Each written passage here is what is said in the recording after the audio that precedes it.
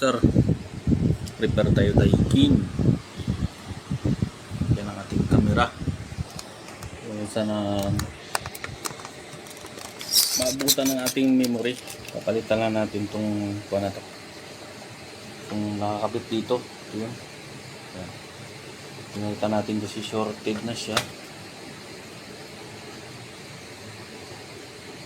Inisa na natin ng konti.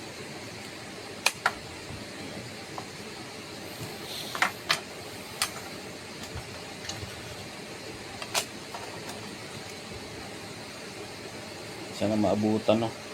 Hindi maubusan ng memory card, memory yung ating cellphone.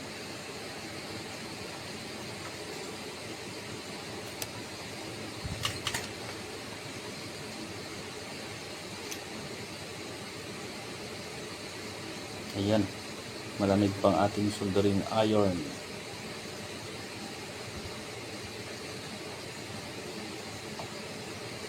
Hindi pa uminit. Ayan, uminit na. So drag lang natin mga master.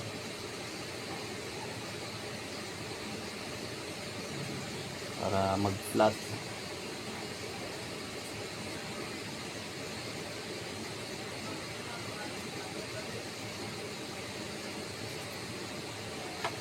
Yan, nag-flat na siya mga master.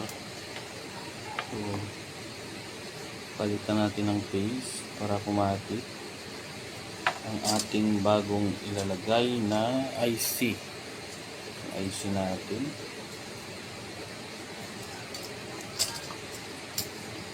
brand new na IC. Ito ay driver IC ng IPM at saka IGBT.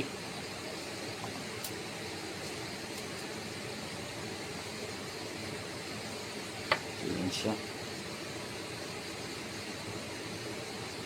Sana hindi maubusan ng ating memory ang ating cellphone. Ayan.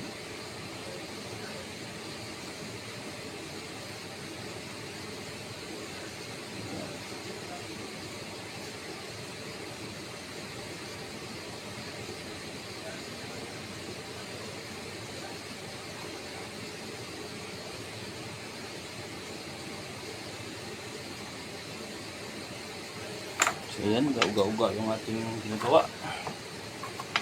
Uga-uga.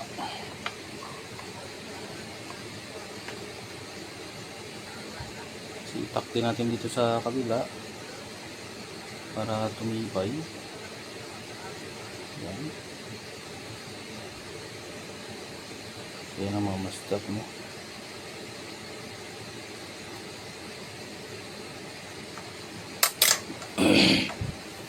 Nalagyan na natin ng konting flux. Yan. Parang kulang. Tingnan natin dito, parang lumagpas tayo. Yan, lumagpas na tayo mga master.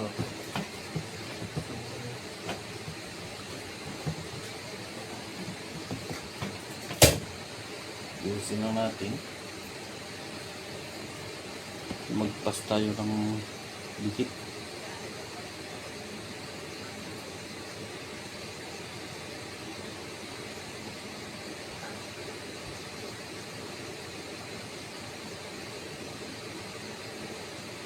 Magpas tayo.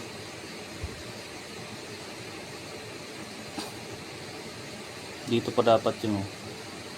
Yan. So magpas tayo, hindi natin napansin. Kaya ilipat natin.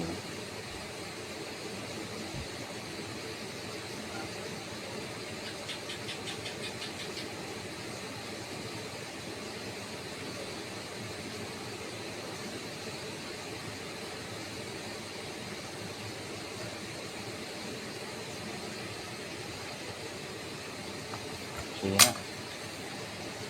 Ilipat na natin.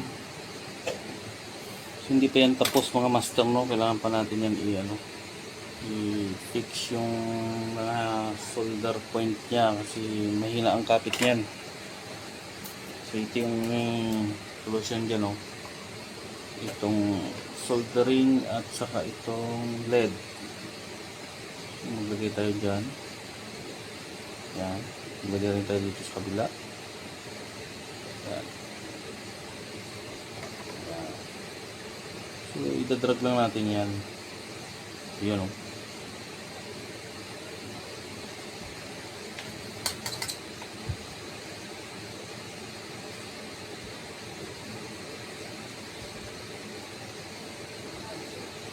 Tapos na kaagad. Tapos dito sa kabila, ganoon din yung gagawin natin. Itadrag lang natin. Hihilain na natin. Yun. Isa pa para gumanda. Yan. So okay na. Okay na yan mga master. So gagawin natin dyan, lilinisan natin.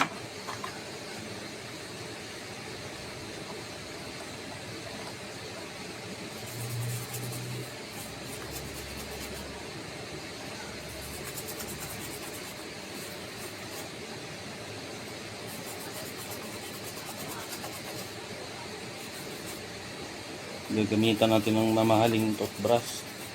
Ang dami ng kinita. Yan. So double check natin kung may short. Yan, kitang kita talaga. Walang short.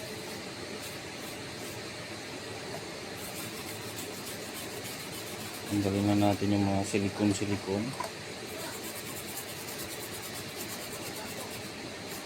Ayos na mga master, puting-puti na.